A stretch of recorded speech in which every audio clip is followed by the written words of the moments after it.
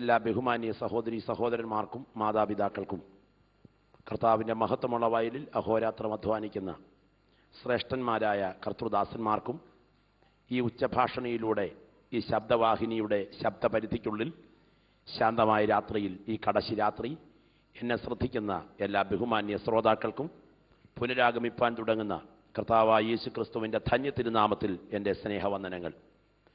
ദൈവവചനവും യേശു ക്രിസ്തുവിൻ്റെ സാക്ഷ്യവും നിമിത്തം ഈ പട്ടണത്തിൽ ഒരിക്കൽ കൂടെ വരുവാൻ ദൈവം ഒരുക്കിയ മുഖാന്തരത്തിനായി സകല മഹത്വവും അവിടുത്തെ മുറിവേറ്റ പാദങ്ങളിൽ അർപ്പിക്കുന്നതോടൊപ്പം ഇതിനവസരം നൽകിയ കുവൈറ്റ് ഇന്ത്യ പെന്തക്കോസ്ത് ദൈവസഭയുടെ ശുശ്രൂഷകനായിരിക്കുന്ന പാസ്റ്റർ കെ പി മാത്യു അവറുകൾ, അദ്ദേഹത്തോടൊപ്പം ആത്മീയ ശുശ്രൂഷയിൽ വളരെ ആത്മാർത്ഥമായി അധ്വാനിക്കുന്ന പ്രിയ ഷായ്ചായൻ, അദ്ദേഹത്തോടൊപ്പമുള്ള സഹോദരന്മാർ, സ്ഥലം സഭ, ഏവർക്കും എൻ്റെ ഹൃദയംഗമമായ കൃതജ്ഞത ഈ തരുണത്തിൽ ഞാൻ പ്രകാശിപ്പിക്കട്ടെ.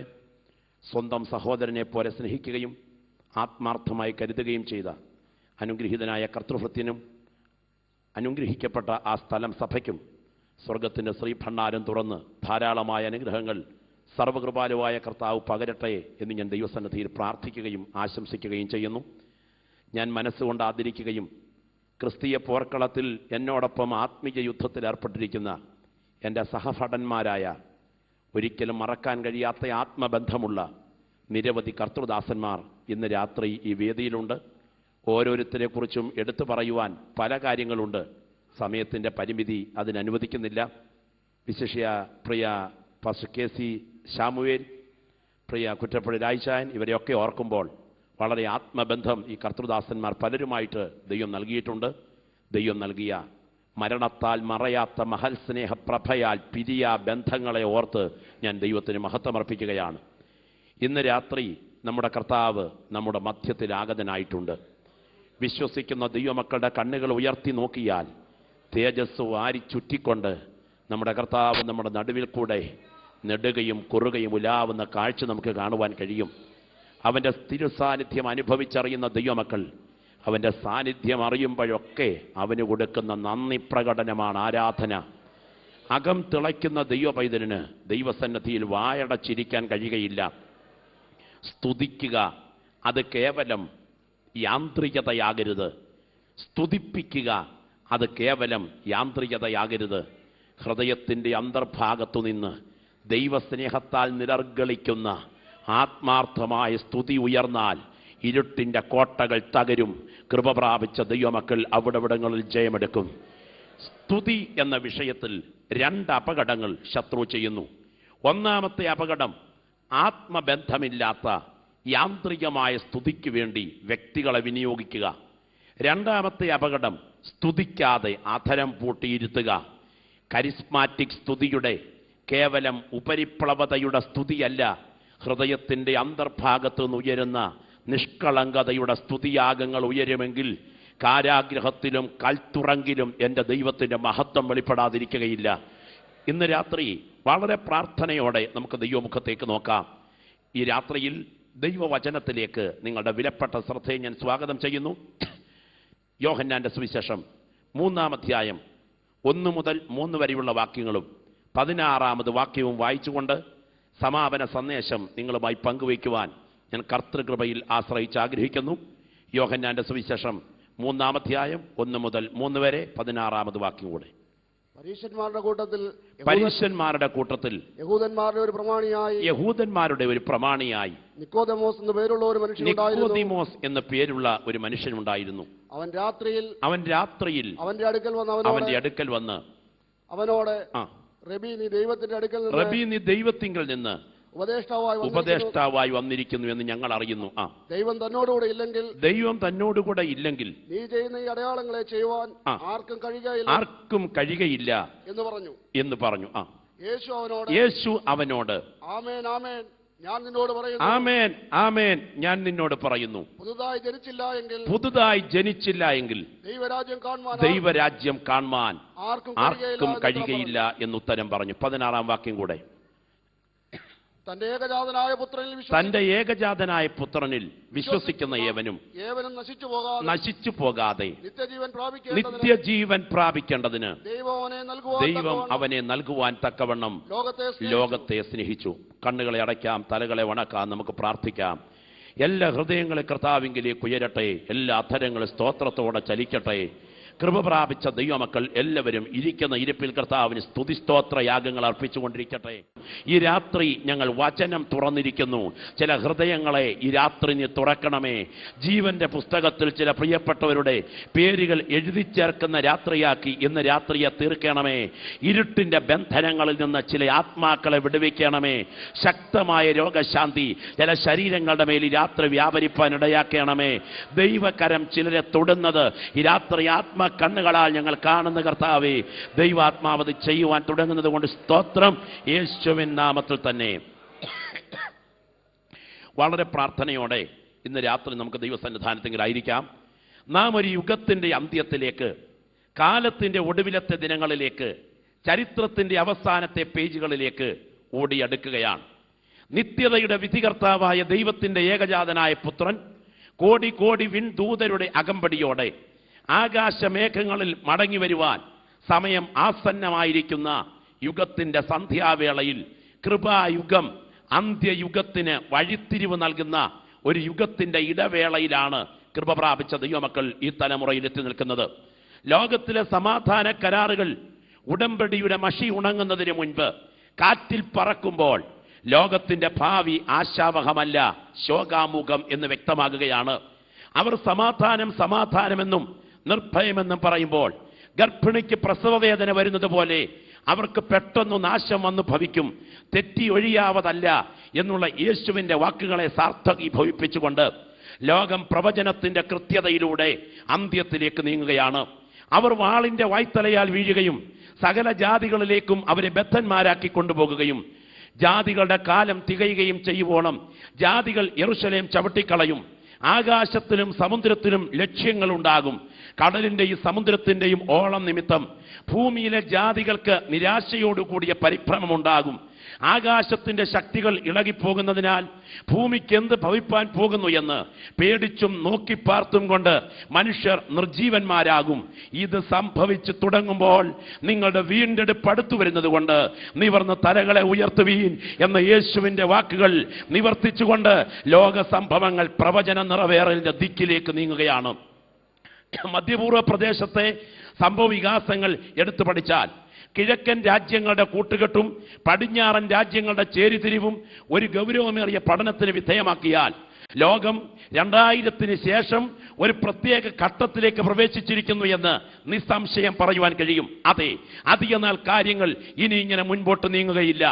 ഇവിടുത്തെ വൻകിട പട്ടണങ്ങൾ ഒരുപിടി ചാമ്പലായി മാറുന്ന അതിശക്തമായ ആയുധങ്ങൾ ലോകരാഷ്ട്രങ്ങളുടെ ആയുധപ്പുരകൾ എന്ന് പറന്നുയർന്ന് ഇവിടുത്തെ പട്ടണങ്ങളിൽ തീക്കൂമ്പാരം സൃഷ്ടിക്കുന്ന അഗ്നിഗോളങ്ങൾ ഹുങ്കാര ശബ്ദത്തോടെ പൊട്ടിത്തെറിച്ച് മഹായുദ്ധത്തിന്റെ ഭീകരതയിൽ മനുഷ്യവംശം വിശാലമായ ചുടലപ്പറമ്പായി തീരുന്ന ഭൂമി, ഈ പ്രകൃതി മനുഷ്യന് നേരെ പടവാൾ ഉയർത്തി ഇവിടം ശവങ്ങൾ കൊണ്ട് നിറയുന്ന മാരക രോഗങ്ങൾ ഈ മണ്ണിൽ കൂട്ടമായി വർദ്ധിക്കുന്ന അതിഭീകര ദിനങ്ങളിലേക്ക് ലോകചരിത്രം നീങ്ങുവാൻ തുടങ്ങുകയാണ്. അതിന് നടുവിൽ കൃപ പ്രാപിച്ച ദൈവമക്കൾ നാളെ എന്ത് സംഭവിക്കും എന്ന് ചോദിച്ചാൽ ഏകവായാൽ പറയും, വരുവാനുള്ളവൻ വരും, താമസിക്കയില്ല. നമ്മുടെ കർത്താവ് അടുക്കൽ വാതുക്കൽ തന്നെ എത്തി നിൽക്കുന്നു. ഓസോൺ പാളികൾ തകരുകയാണ്. ഭൂഗർഭ ശിലകൾക്ക് ചലനമാറ്റം സംഭവിച്ചു കഴിഞ്ഞു. മഹായുദ്ധത്തിന്റെ സാധ്യതകൾ ഇങ്ങരികിൽ എത്തിയിരിക്കുന്നു. ഈ പ്രകൃതി മനുഷ്യനെതിരെ പടവാൾ ഉയർത്തുകയാണ്. ഇതിന് നടുവിൽ ഇന്ന് രാത്രി ഒരു ചോദ്യം: ഇന്നു നീ മരിച്ചാൽ നിന്റെ നിത്യത എവിടെ ചിലവഴിക്കും? ദൈവത്തിന് സ്തോത്രം. യുഗാന്ത്യ സംഭവങ്ങളുടെ വിശദീകരണത്തിലൂടെ നിങ്ങളെ ആശങ്കയുടെ മുൾമുനയിൽ നിർത്തുക എന്നതല്ല ഇന്ന് രാത്രി എൻ്റെ ലക്ഷ്യം. എൻ്റെ മുൻപിലിരിക്കുന്ന വ്യക്തികൾ ഓരോരുത്തരും ഇന്ന് രാത്രി നിത്യതയ്ക്കായി ഒരുങ്ങണം എന്ന് ഞാൻ ആത്മാർത്ഥമായി ആഗ്രഹിക്കുന്നു. നട്ടുച്ച നേരത്ത് സൂര്യൻ നമ്മുടെ തലയ്ക്ക് മീതെ തിളച്ചു തുള്ളിക്കയറുമ്പോൾ സൂര്യപ്രഭയിലേക്ക്, സൂര്യമുഖത്തേക്ക് നിങ്ങൾ കണ്ണുകൾ ഉയർത്തി വെറുതെ ഒന്ന് നോക്കിയിട്ട് വേഗം മുറിക്കകത്തോട്ട് കയറി കയറി നിങ്ങളുടെ വീട്ടിലെ ഷോക്കേസിലേക്ക് നോക്കുക. ഒരു കാര്യം നിങ്ങൾക്ക് വ്യക്തമാകും. ഷോക്കേസിലിരിക്കുന്ന സുന്ദരമായ ശില്പങ്ങളെല്ലാം ഒരു മഞ്ഞളിപ്പിൽ മറയുന്നത് കാണാം. കണ്ണിന്റെ ശാസ്ത്രം അറിയാവുന്നവർ പറയും, അതിഭയങ്കരമായ പ്രകാശം റെട്ടിനയ്ക്കുള്ളിൽ കടന്നു കഴിഞ്ഞാൽ ചെറിയ പ്രകാശത്തിനുള്ളതൊന്നും ആളിന് കാണാൻ കഴിയുകയില്ല. എന്തിനാണ് ഞാൻ പറഞ്ഞതെന്ന് ചോദിച്ചാൽ, താൽക്കാലിക ഭൗതിക നേട്ടങ്ങളല്ല സുവിശേഷത്തിന്റെ ലക്ഷ്യം. നിത്യതയുടെ പ്രകാശം അകത്തെ കണ്ണിൽ കടന്നു കഴിഞ്ഞാൽ ഇവിടുത്തേതെല്ലാം താൽക്കാലികമായി കാണാൻ ഒരു ദൈവവൈദ്യന്റെ കണ്ണ് തുറക്കുന്ന രാത്രിയായി ഇന്ന് രാത്രി തീരട്ടെ എന്ന് ഞാൻ ദൈവസന്നിധിയിൽ ആത്മാർത്ഥമായി പ്രാർത്ഥിക്കുന്നു. അതെ, കഷ്ടതയുടെ പാതയിലൂടെ മിസ്രയീമിലെത്തിയ ജോസേഫിന് ദൈവം നൽകിയ ആദ്യ സന്താനത്തിന് അവൻ പേര് കൊടുത്തപ്പോൾ ഇങ്ങനെ പറഞ്ഞു, സങ്കടദേശത്ത് അവൻ എന്നെ വർദ്ധിപ്പിച്ചു. എന്താ ജോസേഫേ, നിനക്കിത് സുഖദേശമല്ലേ? നീ 2ാം സ്ഥാനത്തെത്തിയവനല്ലേ? നീ രാജകുടുംബത്തിന്റെ ബന്ധം സ്ഥാപിച്ചവനല്ലേ? നീ അറിയാതെ ഈ നാട്ടിൽ ഒരുത്തനും കയ്യോ കാലോ ചലിപ്പിക്കയില്ലല്ലോ. എന്നാൽ ജോസേഫിന് പറയാനുണ്ട്, എനിക്കിത് സുഖദേശമല്ല, ഇതെനിക്ക് സങ്കടദേശമാണ്. ഇന്നു രാത്രി കുവൈറ്റിന്റെ മണ്ണിൽ എന്തെല്ലാം സൗകര്യങ്ങളുണ്ടെങ്കിലും കൃപ പ്രാപിച്ച ദൈവ പൈതലേ, നിനക്കിത് സുഖദേശമാകരുത്, നിനക്കിത് സങ്കടദേശമായിരിക്കട്ടെ. നമ്മുടെ നിത്യവീട് അടുത്തു വരികയാണ്. പ്രവചന വിഷയങ്ങളെ പ്രസംഗിക്കുമ്പോൾ പല നിലകളിൽ ആളുകൾ ചിന്തിക്കാറുണ്ട്. പക്ഷേ ലോക മനുഷ്യർക്ക് വ്യക്തമായി കാര്യങ്ങൾ മനസ്സിലായി കഴിഞ്ഞിരിക്കുന്നു. ഇനിയും കാര്യങ്ങൾ പിടിക്കുന്ന ഇടത്ത് നിൽക്കുകയില്ല. ഈ ലോക രാഷ്ട്രങ്ങളുടെ ഗതി മനസ്സിലാക്കുന്ന കൃപ പ്രാപിച്ച ദൈവമക്കൾ തലകളെ ഉയർത്തി നോക്കുക. വീണ്ടെടുപ്പിന്റെ സമയം സമാഗതമായി. ലോക സംഭവങ്ങളെ വിലയിരുത്തിക്കൊണ്ട് ദൈവജനം അന്ത്യഘട്ടത്തെ ഗൗരവമായി കാണണം. ഞാൻ ഓർക്കുകയാണ്, മഹാകവി കെ വി സൈമൺ സാർ അവர்கள் തന്റെ വേദവിഹാരത്തിൽ അന്ത്യഘട്ടത്തെ കുറിച്ച് ചിത്രീകരിക്കുന്ന അത് നോഹയ്ക്ക് പ്രളയത്തെക്കുറിച്ച് വളരെ ചാതുര്യത്തോടെ വിശദീകരിച്ചിരിക്കുന്ന ഒരു കാവ്യഭാഗമുണ്ട്. ഇങ്ങനെയാണ് അവിടെ കൊടുത്തിരിക്കുന്നത്.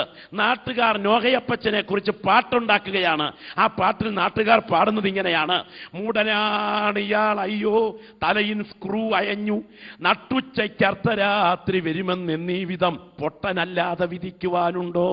അച്ഛാ, എന്റെ അസുഖവും നാട്ടുകാർ പാടി. ഉറക്കം ശരിയായിട്ടില്ലത് കൊണ്ടുവന്ന കറക്കമാണ്, പക്ഷേ 1-2 കുളി എണ്ണ വെച്ച് കുളിച്ചീടിൽ കുറയൊക്കെ മാറും, ഈ ചറുപറ പറയുന്നതും മാറും. കണ്ടോ, മൂടനാണ്, തലയുടെ സ്ക്രൂ അയഞ്ഞതാണ്, നട്ടുച്ചയ്ക്കർദ്ധരാത്രി വരുമെന്നീ വിധം പൊട്ടനല്ലാതെ വിധിക്കുവാനുണ്ടോ. ഉറക്കം ശരിയായിട്ടില്ലത് കൊണ്ടുവന്ന കറക്കമാണ്, പക്ഷേ 1-2 കുളി എണ്ണ വെച്ച് കുളിച്ചീടിൽ കുറയൊക്കെ മാറും, ഈ ചറുപറ പറയുന്നതും മാറും. പ്രളയം വരുന്നു, ന്യായവിധി വരുന്നു, പെട്ടകത്തിൽ കയറൂ എന്ന് പറയുന്നത് പൊട്ടനാണ്. ഇയാളുടെ തലയുടെ സ്ക്രൂ അയഞ്ഞതാണ്. നട്ടുച്ചയ്ക്ക് അർദ്ധരാത്രി വരുമെന്ന് പറയുന്നത് പോലല്ലേ ഈ സംഭവമൊക്കെ പറയുന്നത്. തലയിൽ എണ്ണ വെച്ച് കുളിച്ചാൽ ഇയാളുടെ കിറുക്ക് മാറും എന്ന ആളുകൾ വിധി എഴുതിയെങ്കിലും എന്റെ ദൈവം വാഗ്ദത്തത്തിന്റെ സമയം അടുത്തപ്പോൾ പ്രളയജലം ഭൂമിയിലേക്ക് അയച്ചു. എന്നാൽ പെട്ടകം അതിന് മീതെ ഉയർന്നു.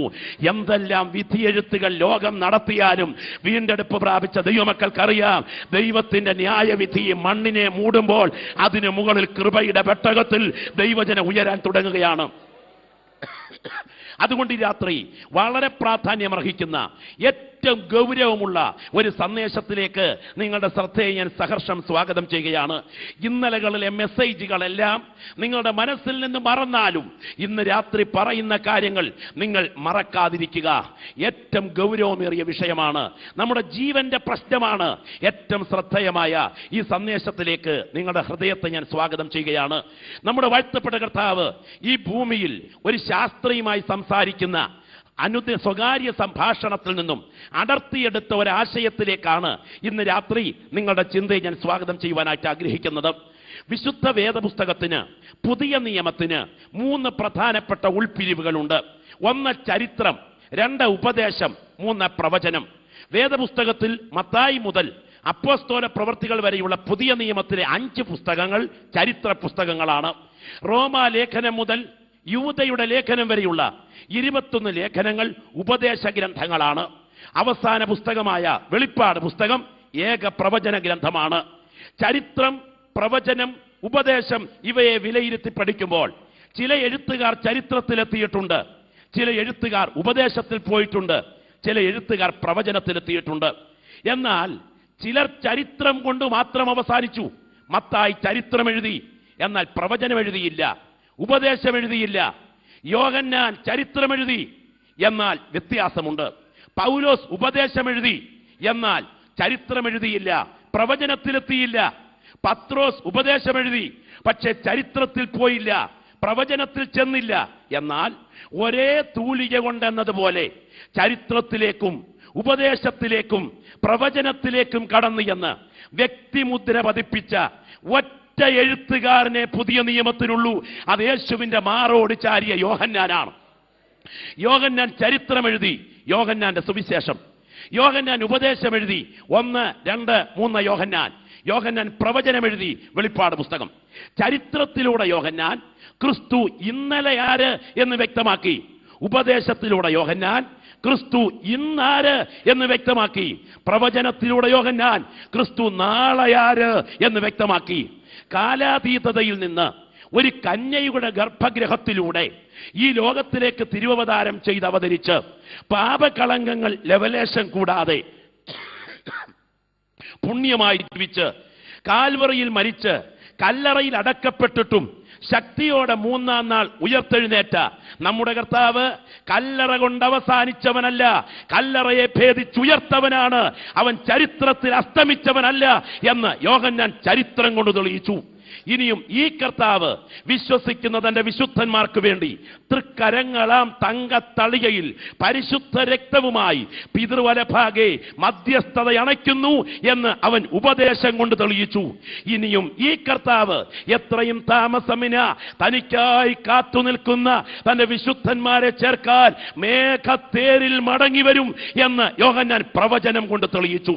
അതെ, ചരിത്രത്തിൽ ക്രിസ്തു ആര് എന്ന് വ്യക്തമാക്കുന്ന യോഹന്നാന്റെ സുവിശേഷം മഹാദൈവത്തിന്റെ ഓമനപുത്രൻ മനുഷ്യാവതാരമെടുത്ത പൂർവകാല നിത്യതയിൽ തുടക്കം കുറിച്ചുകൊണ്ട് ആസ്തിക്യം, നിത്യാസ്തിക്യം വ്യക്തമാക്കി ആരംഭിക്കുന്നു. യേശു പ്രശ്നപരിഹാരകനായി യോഹന്നാന്റെ സുവിശേഷത്തിൽ വെളിപ്പെടുകയാണ്. 1-ാം അധ്യായത്തിൽ യേശു മാനവവർഗത്തിന്റെ പ്രശ്നം പരിഹരിപ്പാൻ ഈ ഭൂമിയിലേക്ക് കീറ്റുശീലയിൽ കൈകാലിട്ടടിക്കുന്ന ഉണ്ണി യേശുവായി ഇറങ്ങി വരുന്ന രംഗം വിശദീകരിച്ചിരിക്കുന്നു. 2-ാം അധ്യായത്തിൽ അവൻ ഒരു കല്യാണ വീട്ടിലെ കടുങ്കട്ടഴിക്കാൻ പ്രശ്നപരിഹാരത്തിന് എത്തിച്ചേരുന്നു. 3-ാം അധ്യായത്തിൽ സമൂഹത്തിലെ ഏറ്റവും ഉന്നതനായ ഒരു വ്യക്തിയുടെ പ്രശ്നം തീർക്കാൻ അവൻ അടുത്തു ചെല്ലുന്നു. 4-ാം അധ്യായത്തിൽ സമൂഹം അറച്ചതപ്പതിച്ച് പുറത്തിറക്കിയ ഒരു മ്ലേച്ഛ വനിതയുടെ അഭിസാരികയുടെ പ്രശ്നം തീർക്കാൻ അവൻ അവിടെ ചെല്ലുകയാണ്. ഏറ്റവും ഉന്നതനും ഏറ്റവും താണവൾക്കും ഒരുപോലെ പ്രശ്നം തീർക്കാൻ കഴിവുള്ള ഒരുവനുണ്ടെങ്കിൽ അതിന്ന് രാത്രി ഞാൻ പ്രസംഗിക്കുന്ന യേശുവാണ്. അവൻ പ്രശ്നപരിഹാരകനായി വെളിപ്പെടുകയാണ്. അങ്ങനെ ഇരിക്കെ പരീശന്മാരുടെ കൂട്ടത്തിൽ ശാസ്ത്രിമാരുടെ ഇടയിൽ പ്രമുഖനായ പാണ്ഡിത്യം കൊണ്ട്, വിജ്ഞാനം കൊണ്ട്, പക്വത കൊണ്ട് വിദ്വൽ ഭക്തനായി മാറിയ ഒരു വിജ്ഞാനിയായ മനുഷ്യൻ രാത്രിയിൽ യേശുവിന്റെ അടുക്കൽ വന്നു. അവൻ യേശുവിന്റെ അടുക്കലേക്ക് വരുന്നു. അവന്റെ പേര് നിങ്ങൾക്ക് എല്ലാവർക്കും അറിയാം, നിക്കോദീമോസ് എന്നാണ് അവന്റെ പേര്.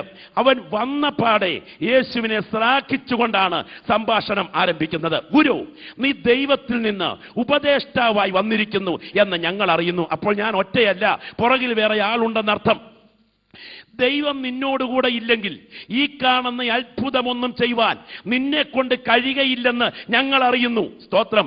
ശ്ലാഘിച്ചു പറയുന്ന വാക്കുകളുടെ മുൻപിൽ യേശു അവന്റെ അന്തർഗതങ്ങളിലേക്ക് നോക്കി. 10,000കണക്കിന് മീനോടുന്ന ഗലീലാക്കടലിൽ ചതുർദ്രഹ്മപ്പണം കുടലിൽ കുരുങ്ങിയ മീനെ കണ്ട കർത്താവിന്റെ കത്തിക്കാളുന്ന കൺമുനയ്ക്ക് മുൻപിൽ ഇവന്റെ ശ്ലാഘിച്ച വാക്കുകളുടെ പുറകിലെ അന്തർഗതങ്ങളിലെ ആഗ്രഹം നന്നായി കണ്ടു. സ്തോത്രം. അവൻ കടന്നു വരികയാണ്. 2 ഗുരുക്കന്മാരെ നിങ്ങളുടെ മുൻപിൽ ഞാനൊന്ന് പരിചയപ്പെടുത്തട്ടെ. ഇതാ ഒരു ഗുരു കടന്നു വരുന്നു. ഈ മണ്ണിൽ ജനിച്ചു വീണ് ഗുരുവായി പഠിച്ചു വളർന്ന് ഗുരുവായി ഉരുത്തിരിഞ്ഞു വളർന്ന ഒരു ഗുരു. മറ്റൊരു ഗുരു ഈ നിൽക്കുന്നത് ആരാണെന്നറിയാമോ? പുരാതനകാല നിത്യതയിൽ നിന്നും ഈ കാലത്തിലേക്ക് കാലൂന്നി കയറിയപ്പോൾ തന്നെ അനന്തവിജ്ഞാനത്തിൽ ഗുരുവായി ജനിച്ചു വീണ ഗുരു. എന്റെ കർത്താവിനൊപ്പം പറയാൻ ഒരാളില്ല. അവൻ അവനെപ്പോലെ ആരാധ്യൻ മറ്റാരുമില്ല. സ്തോത്രം. യേശു ക്രിസ്തുവിന്റെ മനുഷ്യത്വത്തിനകത്ത് അവന്റെ ദൈവത്വം ഉള്ളടക്കം ചെയ്തിരിക്കുകയാണ്. നോക്കുക പ്രിയപ്പെട്ടവരെ, അവൻ മനുഷ്യത്വത്തിൽ ഒരു സ്ത്രീയുടെ ഉദരത്തിൽ രൂപം കൊണ്ടു. എന്നാൽ ദൈവത്വത്തിൽ ശാസ്ത്ര കാഴ്ചപ്പാടിനപ്പുറത്ത് അത് അത്ഭുതകരമായ ജനനമായിരുന്നു. മനുഷ്യത്വത്തിൽ യേശു ഒരു കീറ്റുശീലയിൽ ഉണ്ണിയേശുവായി പിറന്നു. ദൈവത്വത്തിൽ ദൂതന്മാർ അവന് ചുറ്റും പാട്ടുപാടി. മനുഷ്യത്വത്തിൽ എന്റെ കർത്താവിനെ പീഡിപ്പിക്കുവാൻ ഹേരോദാവ് പദ്ധതികൾ ഒരുക്കി. ദൈവത്വത്തിൽ ഹേരോദാവിന്റെ കുലച്ചതിയിൽ നിന്ന് യേശു രക്ഷപ്പെട്ടു. മനുഷ്യത്വത്തിൽ യേശു ദൈവാലയത്തിലെത്തി വചനം പ്രസംഗിക്കാൻ തുടങ്ങി. ദൈവത്വത്തിൽ അവരുടെ കണിയിൽ നിന്ന് യേശു ഒഴിഞ്ഞുപോയി. മനുഷ്യത്വത്തിൽ യേശു കല്ലറയിൽ നിന്ന് കിടക്കുന്ന ലാസറിന്റെ മരണത്തിനു മുൻപിൽ കവാടത്തിൽ കരഞ്ഞു. ദൈവത്വത്തിൽ ലാസറെ പുറത്തു വരിക എന്നവൻ അരുളി ചെയ്തു. മനുഷ്യത്വത്തിൽ അവൻ പടകിൽ ഉറങ്ങി. ദൈവത്വത്തിൽ അവൻ പ്രകൃതിയെ ശാന്തമാക്കി. മനുഷ്യത്വത്തിൽ അവൻ കല്ലറയിൽ അടക്കപ്പെട്ടു. ദൈവത്വത്തിൽ അവൻ കല്ലറയെ തകർത്തുകൊണ്ട് ഉയർത്തെഴുന്നേറ്റു. ഓർക്കുക, മനുഷ്യത്വവും ദൈവത്വവും ഒരുപോലെ സങ്കലിച്ച പുരുഷ രൂപമായി ദൈവപുത്രൻ നിൽക്കുന്നു. അതിനു മുൻപിലേക്ക് ഈ മണ്ണിൽ ജനിച്ചു വീണ ന്യായപ്രമാണം കമ്പോട് കമ്പ് മനഃപ്പാടമാക്കിയ ഒരു ഗുരുവും എത്തി നിൽക്കുന്നു. ഈ ഗുരു വന്ന ഉടനെ യേശുവിന്റെ അടുക്കൽ വന്ന സമയം ശ്രദ്ധിക്കണം. ശ്ലാഘിച്ചുകൊണ്ടാണ് വരുന്നത്. സത്യത്തിൽ മാനവവർഗം ലോക ചരിത്രത്തിൽ ഉണ്ടായതിനുള്ളിൽ മനുഷ്യ ഹൃദയത്തിൽ നിന്ന് ഉരുത്തിരിഞ്ഞിട്ടുള്ളതിൽ വെച്ചും ഏറ്റവും ഈടേറിയ കനത്ത ഒരു ചോദ്യം ഉള്ളിൽ വെച്ചുകൊണ്ടാണ് ഇപ്പോൾ ഈ ശക്തനായ ഗുരു നസ്രായന്റെ മുൻപിൽ എത്തി നിൽക്കുന്നത്. ഗുരു, മോക്ഷം പ്രാപിപ്പാൻ, നിത്യതയിലെത്താൻ, പരമാത്മാവിൽ ലയിക്കാൻ, സായുജ്യമണയാൻ, സ്വർഗം പ്രാപിക്കാൻ എന്തുണ്ട് ഗുരു ഒരു വഴി എന്നറിയാനാണ് ഇപ്പോൾ ഇദ്ദേഹം ഇവിടെ എത്തിയിരിക്കുന്നത്. പ്രിയപ്പെട്ടവരെ, ഇയാൾ വന്ന സമയം നിങ്ങൾ ശ്രദ്ധിക്കണം. അവൻ രാത്രിയിൽ അവന്റെ അടുക്കൽ വന്നു. രാത്രിയിൽ എന്നാ വന്നേ? പട്ടാപ്പകൽ 4 ആൾ കൂടുമ്പോൾ പരസ്യമായി രംഗത്തിറങ്ങാൻ. എന്താ നിക്കോദീമോസേ, നിനക്ക് ചങ്കൂറ്റമില്ലാഞ്ഞേ? നീ എന്നെ ഈ രാത്രിയിൽ പതുങ്ങി വന്നിരിക്കുന്നത്? പ്രിയപ്പെട്ടവരെ, ഇതിന് പല മറുപടികളുണ്ട്. റബ്ബിമാർ ഒരുമിച്ച് സംസാരിക്കാൻ ഏറ്റവും കൂടുതൽ സമയം കണ്ടെത്തുന്നത് രാത്രിയിലാകാം. 1. ഇരുവർക്കും പകലത്തെ കർത്തവ്യ ഭാരത്താൽ രാത്രിയിൽ സമയമെടുക്കുന്നതായിരിക്കും ഉചിതം. 2. മറ്റുള്ളവരെക്കാൾ ഗോപ്യമായി സംസാരിക്കാൻ ആഗ്രഹിക്കുന്ന വിഷയം സ്വകാര്യമായി ഇടപെടാൻ താല്പര്യപ്പെടുന്നത് കൊണ്ട് രാത്രിയിൽ വന്ന്. 3. ഏറ്റവും പ്രധാനപ്പെട്ട വിഷയം, പട്ടാപ്പകൽ വന്നാൽ ആശാരിത്തച്ഛന്റെ അടുക്കൽ സംശയം ചോദിക്കാൻ വന്നാൽ പ്രമാണിമാർ വെറുതെ വിടില്ല. സത്യത്തിൽ ഇയാൾ പ്രമാണിയല്ല, ഇയാൾ ഒരു പ്രാണിയാണ് എന്നാണ് എൻ്റെ അഭിപ്രായം.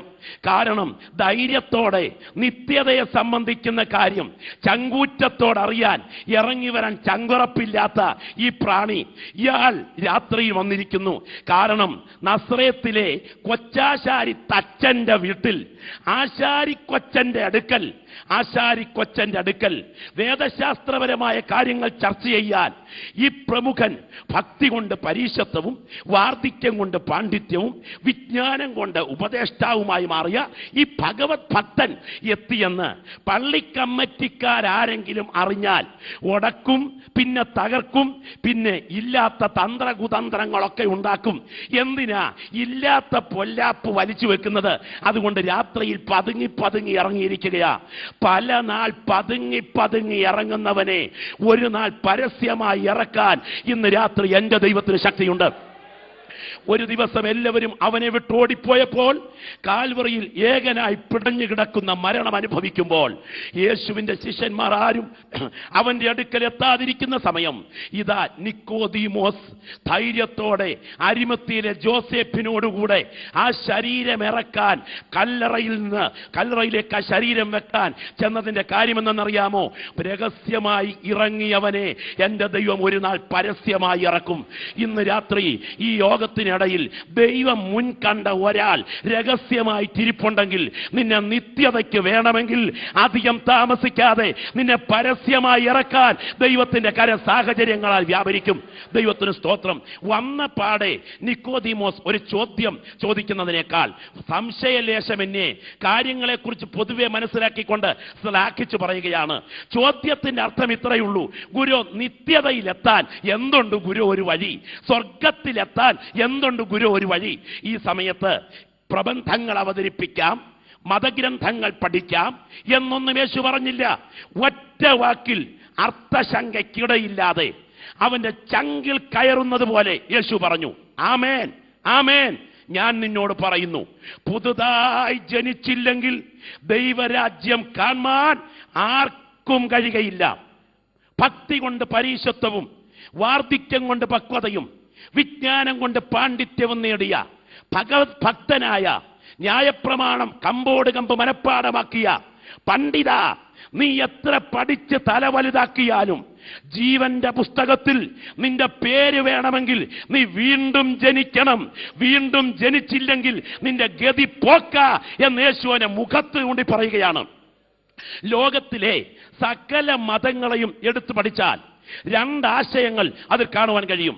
ബുദ്ധമതമാകട്ടെ, ജൈനമതമാകട്ടെ, പാഴ്സി മതമാകട്ടെ, സിഖ് മതമാകട്ടെ, ഇസ്ലാം മതമാകട്ടെ, ക്രൈസ്തവ മതമാകട്ടെ, എല്ലാ മതസ്ഥരുടെയും മതത്തിന്റെ അസ്ഥിവാരം, അടിത്തറ സൽപ്രവൃത്തിയിൽ അധിഷ്ഠിതമായ രക്ഷാമാർഗമാണ്. പ്രവർത്തിക്കൂ, പ്രവർത്തിക്കൂ, പ്രവർത്തിക്കൂ, പ്രവർത്തിക്കൂ. കർമ്മം ചെയ്യ്, കർമ്മം ചെയ്യ്, കർമ്മം ചെയ്യ്, കർമ്മം ചെയ്യ്, ഒരിക്കൽ പുണ്യം നേടാം എന്നിവിടുത്തെ മതങ്ങൾ പഠിപ്പിക്കുമ്പോൾ, കാൽവറിയിൽ സ്വന്തം പുത്രൻ പ്രവർത്തിച്ചു നിവർത്തിച്ച യാഗബലിയിൽ ഇന്ന് രാത്രി വിശ്വസിക്കൂ, നിനക്ക് നിത്യതയിലെത്താം എന്ന് പഠിപ്പിക്കുന്ന ഒറ്റ മാർഗം ഈ രാത്രി ഞങ്ങൾ പ്രസംഗിക്കുന്നു യേശുവിന്റെ മാർഗം മാത്രമാണ്. ദൈവത്തിന് സ്തോത്രം. നിക്കോദീമോസിനോടുള്ള യേശുവിന്റെ സ്വകാര്യ സംഭാഷണത്തിൽ നിക്കോദീമോസിനോട് പറയുന്ന മറുപടി പ്രത്യേകം ശ്രദ്ധിക്കണം. ആമേൻ, ആമേൻ, ഞാൻ നിന്നോട് പറയുന്നു, പുതുതായി ജനിച്ചില്ലെങ്കിൽ ദൈവരാജ്യം കാണാൻ ആർക്കും കഴിയുകയില്ല. എന്താണ് പുതുജനനം? ഇനി എന്തല്ല പുതുജനനം? പ്രിയപ്പെട്ടവരെ, സ്ഥലജലഭ്രാന്തി സംഭവിക്കരുത്, അപകടനില ഉണ്ടാകരുത്. ഇന്ന് അനേകരും പുതുജനനം പ്രാപിച്ചിട്ടില്ല, വീണ്ടും ജനനം പ്രാപിച്ചിട്ടില്ല. ഓർക്കുക, എന്തല്ല പുതുജനനം? എന്താണ് പുതുജനനം? പുതുജനനം പ്രാപിച്ച ദൈവമക്കളുടെ മുഖത്ത് നോക്കുമ്പോൾ അറിയാം, അവരുടെ സ്തോത്രം കേട്ടാൽ അറിയാം, കൃപ പ്രാപിച്ച ദൈവമൈതനെ കണ്ടാൽ അറിയാം എന്നാ ഞാൻ പറഞ്ഞു വരുന്നത്. പുതുജനനം എന്തല്ല? പുതുജനനം മാമോദീസയല്ല, പുതുജനനം ഭക്തിയുടെ പ്രകടനമല്ല, പുതുജനനം വിശുദ്ധ ജീവിതമല്ല, പുതുജനനം മനപരിവർത്തനമല്ല, പുതുജനം മതപരിവർത്തനമല്ല, പുതുജനം പുനർജന്മമല്ല, പുതുജനം വിശ്വാസ പ്രമാണം അംഗീകരിക്കലല്ല, പുതുജനം വിശ്വാസ സ്നാനമല്ല, പുതുജനം അനുതാപമല്ല, പുതുജനം മതം മാറ്റമല്ല. എന്താ പുതുജനം? പുതുജനം വിശ്വാസ സ്നാനമല്ലെങ്കിൽ, പുതുജനം മാമോദീസയല്ലെങ്കിൽ, പുതുജനം ഭക്തിപ്രകടനമല്ലെങ്കിൽ, പുതുജനം വിശ്വാസപ്രമാണം അംഗീകരിക്കലല്ലെങ്കിൽ, പുതുജനം അനുതാപമല്ലെങ്കിൽ, പുതുജനം പശ്ചാത്താപമല്ലെങ്കിൽ, പുതുജനം പുനർജന്മമല്ലെങ്കിൽ എന്താണ് പുതുജനം? പുതുജനനം എന്ന് പറഞ്ഞാൽ ദൈവവചനമെന്ന കെടാത്ത ബീജം നിന്റെ ഹൃദയത്തിന്റെ ഗർഭപാത്രത്തിലേക്ക് പരിശുദ്ധ റൂഹ വിട്ടുകഴിയുമ്പോൾ ശക്തനായ ദൈവാത്മാവ് നിന്റെ മേൽ നിഴൽ മൂടി വ്യാപരിക്കുന്ന വേളയിൽ അനുതാപത്തോടെ ഹൃദയം തകർന്ന് കരയുന്ന സമയം സ്വർഗത്തിന്റെ ജനന പ്രക്രിയയായി ഒരു ജനനം നിന്റെ അകത്ത് നടക്കും. അതാണ് പുതുജനനം. അനുഭവിച്ചറിഞ്ഞ ദൈവമക്കൾ ഇന്ന് രാത്രി കരമുയർത്തി കർത്താവിന് സ്തോത്രം ചെയ്യട്ടെ. ഒരു നിമിഷ നേരം കൊണ്ട് ന്യായവിധി മാറിപ്പോകുന്ന, ഒരു നിമിഷാർത്ഥത്തിനുള്ളിൽ ജീവന്റെ പുസ്തകത്തിൽ പേരെഴുതപ്പെടുന്ന, ഒരു സെക്കൻഡ് കൊണ്ട് ഞാൻ ചെയ്ത പാപങ്ങൾ മുഴുവൻ ദൈവം ഓർക്കാതെ എറിഞ്ഞു കളയുന്ന, ഒരു നിമിഷത്താൽ സാത്താൻ എന്റെ മേലുള്ള പിടി അവസാനിപ്പിക്കുന്ന അതിശക്തമായ ദൈവശക്തി അനുഭവിച്ചറിഞ്ഞ ദൈവമക്കൾക്കറിയാം, പുതുജനനം മതം മാറ്റമല്ല, പുതുജനനം മനം മാറ്റമല്ല, പുതുജനനം അകത്ത് ദൈവപുത്രൻ പിറന്നു വീഴുന്ന അനുഭവമാണ്. അങ്ങനെ യേശു പിറന്നു വീണ എൻ്റെ ഉദരത്തിൽ, എൻ്റെ ഹൃദയത്തിൽ, എൻ്റെ ഉള്ളിൽ യേശു ജനിച്ചു വീണു എന്ന് ബോധ്യമുള്ള ദൈവമക്കൾക്ക് അന്ധകാരമോ ബന്ധനമോ പോരാട്ടമോ കെട്ടോ അറബിക്കെട്ടോ ക്ഷുദ്രപ്രയോഗമോ ആഭിചാരമോ വിഷയമല്ല. നിന്റെ മേൽ വ്യാപരിക്കുന്ന ദൈവശക്തിക്ക് മുൻപിൽ പിടിച്ചു നിൽക്കാൻ അവയ്ക്ക് കഴിയുകയില്ലെന്ന് വിശ്വസിക്കുന്ന ദൈവമൈതലേ, ഇന്ന് രാത്രി ജനനം പ്രാപിച്ച നിന്റെ മുഖത്ത് നോക്കിയാൽ അറിയാം, ഒന്നാമത്തെ ജനനം ഉദരത്തിൽ നിന്നുള്ള ജനനമെങ്കിൽ രണ്ടാമത്തെ ജനനം ഉയരത്തിൽ നിന്നുള്ള ജനനമാണ്. ഒന്നാമത്തെ ജനനത്തിൽ ഇവിടുത്തെ അപ്പന്റെ സ്വത്തിന് നീ അവകാശിയെങ്കിൽ രണ്ടാമത്തെ ജനനത്തിൽ സ്വർഗത്തിലെ അപ്പച്ചന്റെ സ്വത്തിന് നീ അവകാശിയായി മാറുകയാണ്. ഒന്നാമത്തെ ജനനം പുരുഷന്റെ ഇഷ്ടത്താലെങ്കിൽ രണ്ടാമത്തെ ജനനം ദൈവപുത്രന്റെ ഇഷ്ടത്താലായിരിക്കും. ഒന്നാമത്തെ ജനനം പുരുഷന്റെ രക്തത്തിൽ നിന്നെങ്കിൽ രണ്ടാമത്തെ ജനനം നിത്യതയിൽ പുത്രൻ ചൊരിഞ്ഞ കാൽവറിയിലെ രക്തത്തോട് ബന്ധപ്പെട്ടായിരിക്കും. ഒന്നാമത്തെ ജനനത്തിൽ ഇവിടേക്ക് വരാൻ ഉള്ള ജീവൻ നിന്റെ മേൽ വ്യാപരിച്ചെങ്കിൽ രണ്ടാമത്തെ ജനനത്തിൽ അവിടേക്ക് പോകാൻ ഉള്ള ജീവൻ നിന്റെ മേൽ വ്യാപരിക്കുകയായിരിക്കും. ഒന്നാമത്തെ ജനനം മൺമയമെങ്കിൽ രണ്ടാമത്തെ ജനനം വിൺമയമായിരിക്കും. ഒന്നാമത്തെ ജനനം ജഡീകമെങ്കിൽ രണ്ടാമത്തെ ജനനം സ്വർഗീയമായിരിക്കും. അനുഭവിച്ചറിഞ്ഞ ദൈവമക്കൾക്കറിയാം, അവിടെയാണ് ക്രിസ്തീയ ഓട്ടം ആരംഭിക്കുന്നത്. സാധു സുന്ദരസിംഗ് എന്ന ദൈവദാസൻ ഒരു ദിവസം വീണ്ടും ജനനാനന്തരം ഒരു ട്രെയിനിന്റെ കമ്പാർട്ട്മെന്റിൽ പ്രവേശിച്ചു. താൻ ഒരു ദിവസം ആ സീറ്റിൽ ഇരിക്കുന്ന സമയം ആ ട്രെയിനിൽ തൊട്ടടുത്ത് കയ്യിലെ മകുണ്ടലം കൊണ്ട് കെട്ടുകൊണ്ട് താടി കൊണ്ട് ശക്തനായൊരു മന്ത്രവാദിയായ മനുഷ്യൻ സീറ്റിലിരിക്കുന്നു. അയാളെ കെട്ടെടുത്ത് സീറ്റിൽ വെച്ചിട്ട് പുറത്തേക്ക് ഇറങ്ങി. ഒരു ചെറുപ്പക്കാരൻ അതിനകത്തോട്ട് കയറി വന്നു. അയാൾ ഈ കെട്ടെടുത്ത് താഴെ വെച്ചിട്ട് ആ സീറ്റിലിരുന്നു. വണ്ടി മുൻപോട്ട് നീങ്ങിയപ്പോൾ വീണ്ടും പുറത്തേക്ക് പോയ മന്ത്രവാദിയായ മനുഷ്യൻ അകത്തോട്ട് കയറി വന്നു. കെട്ടെടുത്ത് താഴെ വെച്ചിട്ട് ഒരുത്തരിക്കുന്നത് കണ്ടുകൊണ്ട് ക്ഷിപ്രകോപത്തോടെ ചോദിച്ചു, എന്റെ കെട്ടെടുത്ത് താഴെ വെച്ചിട്ട് ഇവിടെ ഇരിക്കാൻ തന്നോട് ആര് പറഞ്ഞു? ഉടനെ ഇത് കോമൺ കമ്പാർട്ട്മെന്റ് ആണ് എന്ന് പ്രതികരിച്ച സമയത്ത് ഇപ്പൊ കാണിച്ചു തരാം എന്ന് പറഞ്ഞ് തന്റെ കെട്ടഴിച്ചിട്ട് ഒരു താളിയോല എടുത്തിട്ട് അതിനകത്ത് എഴുതിയിരിക്കുന്ന കാര്യങ്ങൾ ഈ ചെറുപ്പക്കാരന്റെ മുഖത്തോട്ട് നോക്കി ഈ മനുഷ്യൻ ചൊല്ലാൻ തുടങ്ങി. ചൊല്ലിക്കൊണ്ടിരിക്കുമ്പോൾ ഈ ചെറുപ്പക്കാരന്റെ മൂക്കിലൂടെ ചോര ഒഴുകുന്നു. ഇയാൾ മോഹാത്സ്യപ്പെട്ട് തറയിൽ വീണു. സാധു സുന്ദരസിംഗ് ചോദിച്ചു, ഹേ മനുഷ്യ, നിങ്ങൾ ആ ചൊല്ലിയ വാക്കുകൾ എനിക്ക് നേരെ ചൊല്ലാൻ കഴിയുമോ? ഞാൻ കാട്ടിത്തരാം എന്ന് പറഞ്ഞ് മന്ത്രവാദി ചൊല്ലുന്നതിനിടയിൽ അയാൾ സ്വന്തം മൂക്ക് തപ്പിപ്പിടിച്ചുകൊണ്ട് പറയുകയാണ്, എന്റെ മൂക്കിൽ ചോര എങ്ങനെ സംഭവിച്ചെന്ന് സുന്ദരസിംഗ് ചോദിച്ചു. സുന്ദരസിംഗിനോട് മന്ത്രവാദി പറഞ്ഞത് കേൾക്കണോ? നിങ്ങളുടെ ഹൃദയത്തിന്റെ അകത്തൊരു വ്യക്തി ഇരിക്കുന്നു, അതിനെ ഏശാൻ എന്റെ മന്ത്രത്തിന്റെ ശക്തിക്ക് സാധ്യമല്ല. ഇന്ന് രാത്രി വിശ്വസിക്കുന്ന കൃപ പ്രാപിച്ച ദൈവമൈതലേ, എന്റെ അകത്ത് പ്രപഞ്ചത്തെക്കാൾ വലിയവനുണ്ടെങ്കിൽ അവനെ തകർക്കാൻ ഒരു ശക്തിക്ക് സാധ്യമല്ലെങ്കിൽ വിശ്വസിക്കുന്ന നിന്റെ മേൽ ആധിപത്യം പുലർത്താൻ ഇവിടുത്തെ ഒരു ശക്തിക്ക് സാധ്യമല്ല. എന്താണ് വീണ്ടും ജനനം? എന്തല്ല വീണ്ടും ജനനം? അപകടകരമായ ഒരു രംഗം പറയട്ടെ. വീണ്ടും ജനനം എന്ന വിഷയം പഠിപ്പിക്കലുകളിൽ നിന്ന് അപ്രത്യക്ഷമായിരിക്കുന്നു. കഴിഞ്ഞ ദിവസം വടക്കേയുണ്ടിയിൽ ഒരു കർത്തൃദാസൻ പോയി. അവിടെ അടിസ്ഥാന ഉപദേശങ്ങളെ കുറിച്ച് ക്ലാസ് എടുക്കുമ്പോൾ സഭയിലെ സെക്രട്ടറി കരഞ്ഞുകൊണ്ട് എഴുന്നേറ്റു എന്ന് പറഞ്ഞു, സാറേ, ഈ പറഞ്ഞ മാറ്റമൊന്നും എന്നിൽ നടന്നിട്ടില്ല. അദ്ദേഹം പറഞ്ഞത് പരമാർത്ഥമായി പറഞ്ഞു, സാറേ, പണ്ടൊരിക്കൽ ഗതികേടിന്റെ ഒറ്റത്തടി പാലത്തിൽ കയറിയപ്പോ എന്റെ ഭാര്യ അച്ചായ യോഗത്തിന് പൊക്കോട്ടെ എന്ന് ചോദിച്ചു. പൊക്കോളാൻ പറഞ്ഞു. കുറച്ചുനാൾ കഴിഞ്ഞപ്പം ഞാനൂടെ ചെല്ലണമെന്ന് പറഞ്ഞതുകൊണ്ട് ഞാൻ പോയി പുറകിലിരുന്നു. അങ്ങനെ ഇരിക്കെ ഒരു ദിവസം സ്നാനപ്പെടാൻ തീരുമാനിച്ചു. അന്ന് അങ്ങ് പെട്ടു. അകത്ത് കയറി വന്ന് അടുത്ത തെരഞ്ഞെടുപ്പിൽ എന്നെ സെക്രട്ടറിയാക്കി. പക്ഷെ ഈ മാറ്റമൊന്നും എന്നിൽ നടന്നിട്ടില്ല. കിറകണ്ണുകളോടെ മനത്തകർച്ചയോടെ ദൈവപുത്രനെ ഏറ്റെടുക്കുന്ന ജനനം അന്ന് സംഭവിച്ചെങ്കിൽ വീണ്ടും ജനനം പ്രാപിക്കാതെ നിനക്ക് സെക്രട്ടറി ആകാം. വീണ്ടും ജനനം പ്രാപിക്കാതെ നിനക്ക് പ്രസിഡന്റ് ആകാം. വീണ്ടും ജനനം പ്രാപിക്കാതെ നിനക്ക് ബൈബിൾ സ്കൂളിൽ പഠിക്കാം. വേണ്ടി വന്നാൽ വീണ്ടും ജനനം പ്രാപിക്കാതെ നിനക്ക് പാസ്റ്ററുമാകാം. വീണ്ടും ജനനം പ്രാപിക്കാതെ തലച്ചോറ് കൊണ്ട് ഗ്രന്ഥങ്ങൾ എഴുതാം. എന്നാൽ കൃപ പ്രാപിച്ച ദൈവമക്കൾക്കറിയാം, ഇതിന് പകരമല്ല വീണ്ടും ജനനം. ദൈവത്തിന് സ്തോത്രം, ഹല്ലേലൂയ. പ്രിയപ്പെട്ട സഹോദരി സഹോദരന്മാരെ, ഇന്ന് രാത്രി വളരെ ഗൗരവമായി ചിന്തിക്കണം.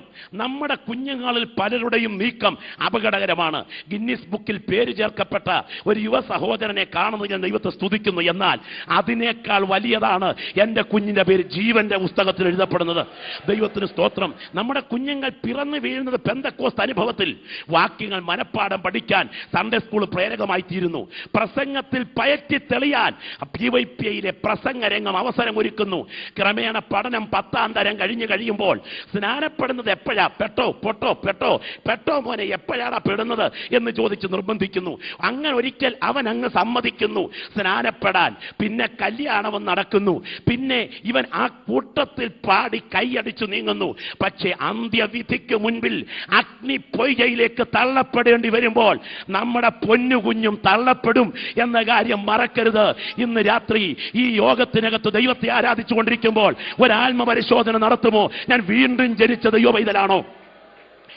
എന്താണ് വീണ്ടും ജനനം? ഗൗരവമായി ചിന്തിക്കുക.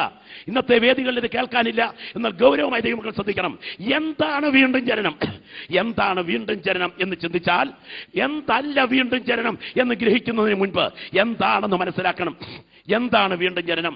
സർവശക്തനായ ദൈവം തന്റെ ഇച്ഛ നിർവഹിപ്പാൻ ഉച്ചരിച്ചുണ്ടാക്കിയ ഈ ഭൂമിയിലേക്ക് ഇറങ്ങി വന്ന് ഒരുപിടി മണ്ണെടുത്ത് കരുത്തുറ്റ കരങ്കുലികളിൽ കരുതിക്കുട്ടി സർവശക്തന്റെ കരുവിരുത് കളിമണ്ണിൽ കോടി ഒഴുകിയപ്പോൾ ഉണ്ടായി വന്ന സർവശക്തന്റെ കലാരൂപമാണ് 2 കാലിൽ എഴുന്നേറ്റ് നിൽക്കുകയും 2 കൈകൾ സർവതന്ത്ര സ്വതന്ത്രമായി ഉപയോഗിക്കുകയും ചെയ്യുന്ന എന്റെയും നിങ്ങളുടെയും ശരീരാകാരം.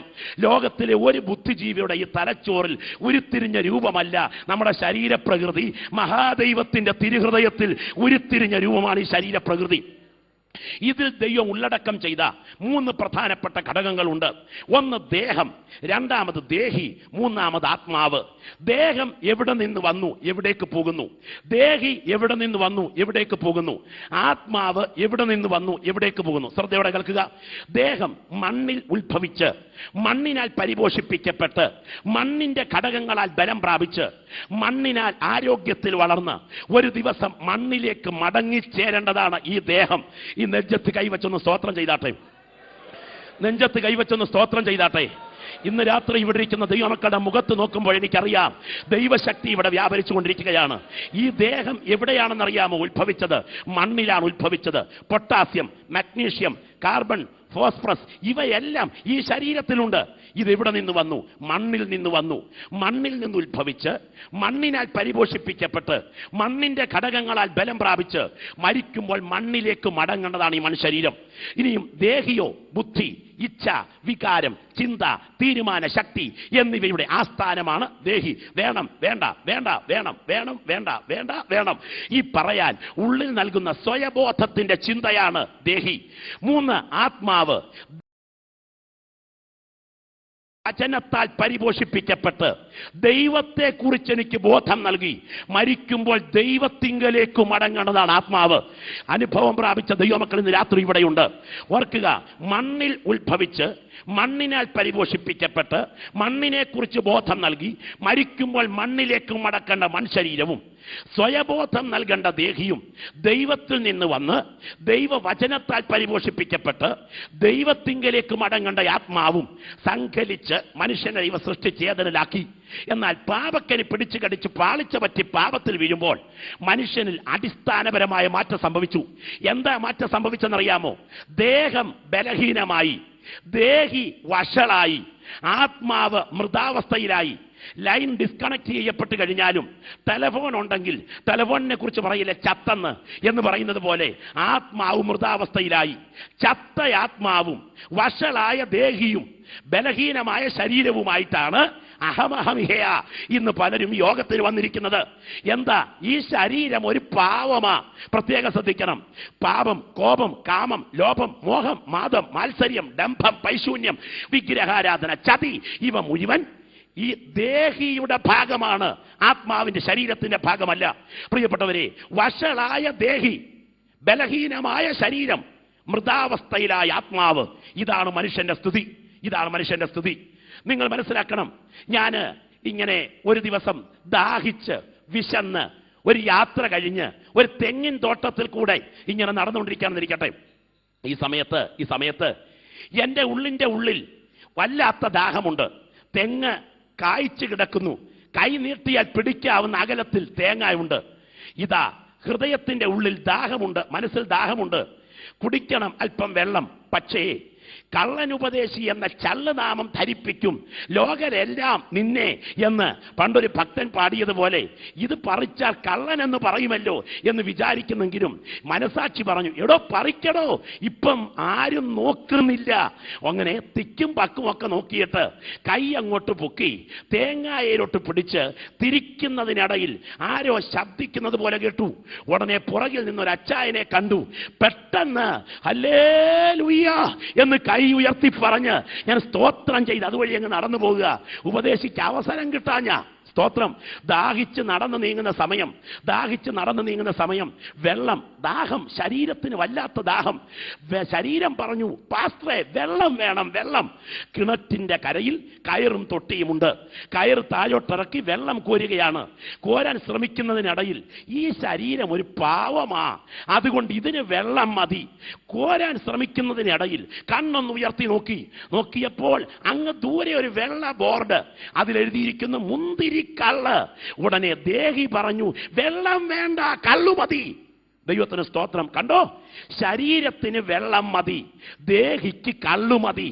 കാരണം ദേഹത്തിന് ആവശ്യമേ ഉള്ളൂ, ആഗ്രഹമില്ല. ദേഹിക്ക് ആവശ്യമില്ല, ആഗ്രഹമേ ഉള്ളൂ. അങ്ങനെ പാപത്താൽ മരിച്ച ആത്മാവും വഷളായ ദേഹിയും ബലഹീനമായ ശരീരവുമായി ഒരുവൻ സുവിശേഷ യോഗത്തിലെത്തുകയാണ്. നിങ്ങൾക്കറിയാമല്ലോ, കട്ടൻ ചായയിലേക്ക് പാൽ ഒഴിക്കുമ്പോൾ ഉണ്ടാകുന്ന മാറ്റം നിങ്ങൾക്കറിയാമല്ലോ. മുകളിൽ നിന്ന് പാൽ താഴേക്ക് ഇറങ്ങി വരുമ്പോൾ കറുത്ത കട്ടൻ ചായയുടെ കളർ വെളുപ്പിലേക്ക് മാറുന്ന രംഗം നിങ്ങൾ കണ്ടിട്ടില്ലേ? ഇതാ യോഗത്തിന്റെ പുറകിൽ, യോഗത്തിന്റെ ഇടയിൽ വഷളായ ദേഹിയും മൃതാവസ്ഥയിലായ ആത്മാവും ശരീര ബലഹീനതയോടുകൂടെയും പാപത്താൽ ബന്ധിക്കപ്പെട്ട ഒരു വ്യക്തി ഇരിക്കുമ്പോൾ പരിശുദ്ധ റൂഹ ക്രൂശിന്റെ വചനം ആ യോഗത്തിൽ സംസാരിക്കാൻ ഉൾപ്രേരണ നൽകുന്ന സമയത്ത് അവനെ നിത്യത മുൻകണ്ട വ്യക്തിയാണെങ്കിൽ ഹൃദയത്തിന്റെ ഉള്ളിലേക്ക് ദൈവശക്തി വ്യാപരിച്ചിട്ട് അവന്റെ അകത്ത് കിടക്കുന്ന മൃതാവസ്ഥയിലായ ആത്മാവിൽ ജീവൻ പകരുമ്പോൾ അവന്റെ ഉള്ളിൽ ജനനം നടക്കുന്നു. ആ ജനനമാണ് വീണ്ടും ജനനം. എന്താ ജനനം? നിങ്ങൾക്കെല്ലാവർക്കും അറിയാം.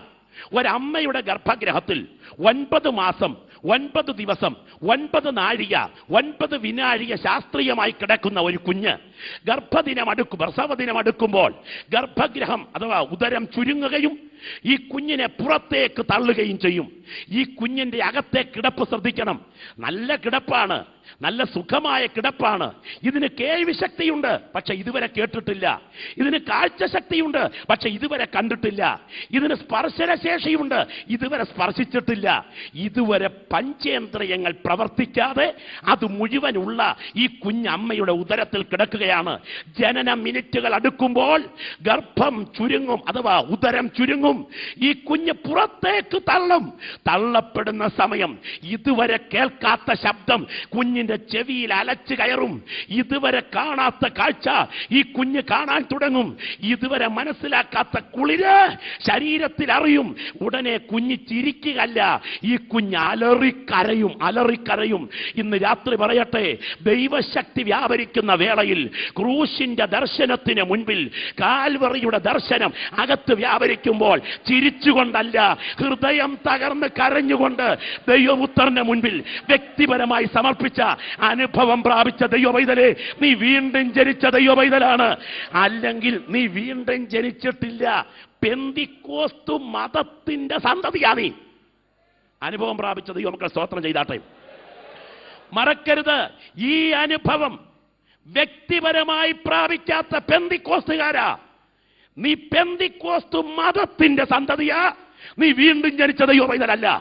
എന്നാൽ ഇന്ന് രാത്രി ഇരിക്കുന്ന കൃപ പ്രാപിച്ച ദൈവമക്കൾക്ക് ധൈര്യത്തോടെ പറയാൻ കഴിയും, ജീവിതത്തിന്റെ ഒരു പ്രത്യേക സമയം ക്രൂശിന്റെ ദർശനത്തിന് മുൻപിൽ അലറിക്കരഞ്ഞുകൊണ്ട് യേശുവിനെ ജീവിതത്തിന്റെ കർത്താവായി ഏറ്റുവാങ്ങിയ രംഗമുണ്ടായിട്ടുണ്ട്. അനുഭവം പ്രാപിച്ച ദൈവമക്കൾ ഇന്ന് രാത്രി കർത്താവിന് ശബ്ദം ഉയർത്തി ആരാധന അർപ്പിക്കട്ടെ. ദൈവത്തിന് സ്തോത്രം. ഈ ആത്മീയ വീണ്ടും ജനനത്തിന് പകരം ഒന്നും വയ്ക്കാൻ സാധ്യമല്ല. ഈ കഴിഞ്ഞ ദിവസം ഒരു പ്രത്യേക എപ്പിസ്കോപ്പൽ ഉപദേശത്തിന്റെ ഗ്രന്ഥത്തിൽ ഞാൻ ഇങ്ങനെ വായിച്ചു, മാമോദീസായാലും മൂറോൻ തൈലാഭിഷേകത്താലും ഒരു കുഞ്ഞിൽ വീണ്ടും ജനനം നടക്കുന്നു. അങ്ങനെങ്കിൽ വീണ്ടും ജനനം എങ്ങനെ നടക്കും? സ്നാനത്താൽ മാമോദീസായാൽ വീണ്ടും ജനനം നടക്കുമോ? ഞാനിത് പറയുന്ന സമയം എനിക്കൊരു കാര്യം അറിയാം. കഴിഞ്ഞ നൂറ്റാണ്ടുകളുടെ ചരിത്രം ഒരു പ്രത്യേക രീതി കിടക്കുന്നത് കൊണ്ട് പെട്ടെന്നൊന്നും ആൾക്കാർക്ക് ഇത് പിടികിട്ടാൻ മനസ്സിലാക്കാൻ ബുദ്ധിമുട്ടുണ്ടാകും.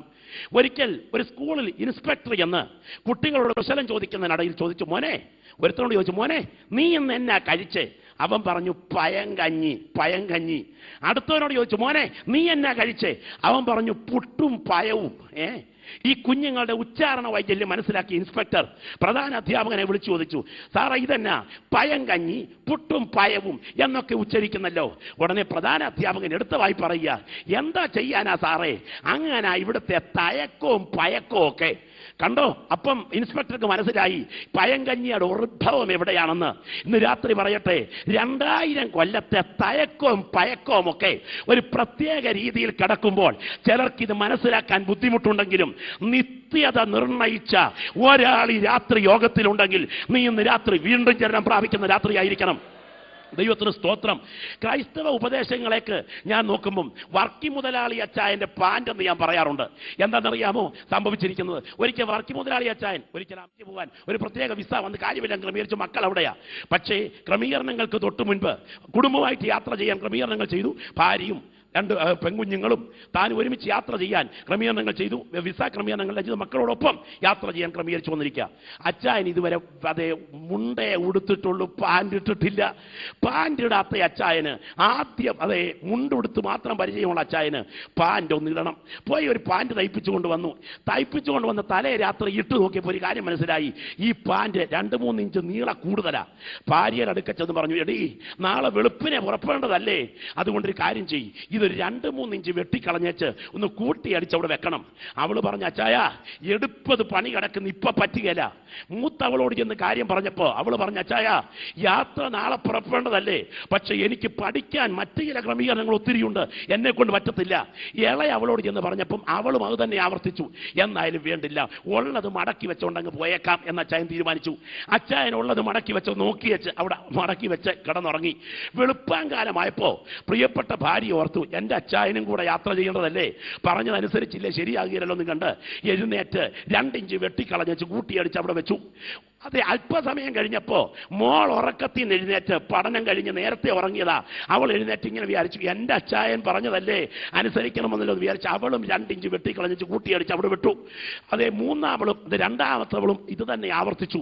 ഏതായാലും കൂട്ടിയടിച്ച് വല്ലാത്ത നിലയിൽ പാൻ്റാക്കി വെച്ചിരിക്കുക. രാവിലത്തെ ഷേവിംഗ് ഒക്കെ കഴിഞ്ഞ് അച്ചായൻ ഓടി ഇങ്ങോട്ട് വന്ന് പാൻ്റ് കയറ്റിയിട്ട് കണ്ണാടിയുടെ മുന്നേ നിന്നപ്പോ പാൻ്റ് കുട്ടിനിക്കർ പോലെ ഇരിപ്പുണ്ട്.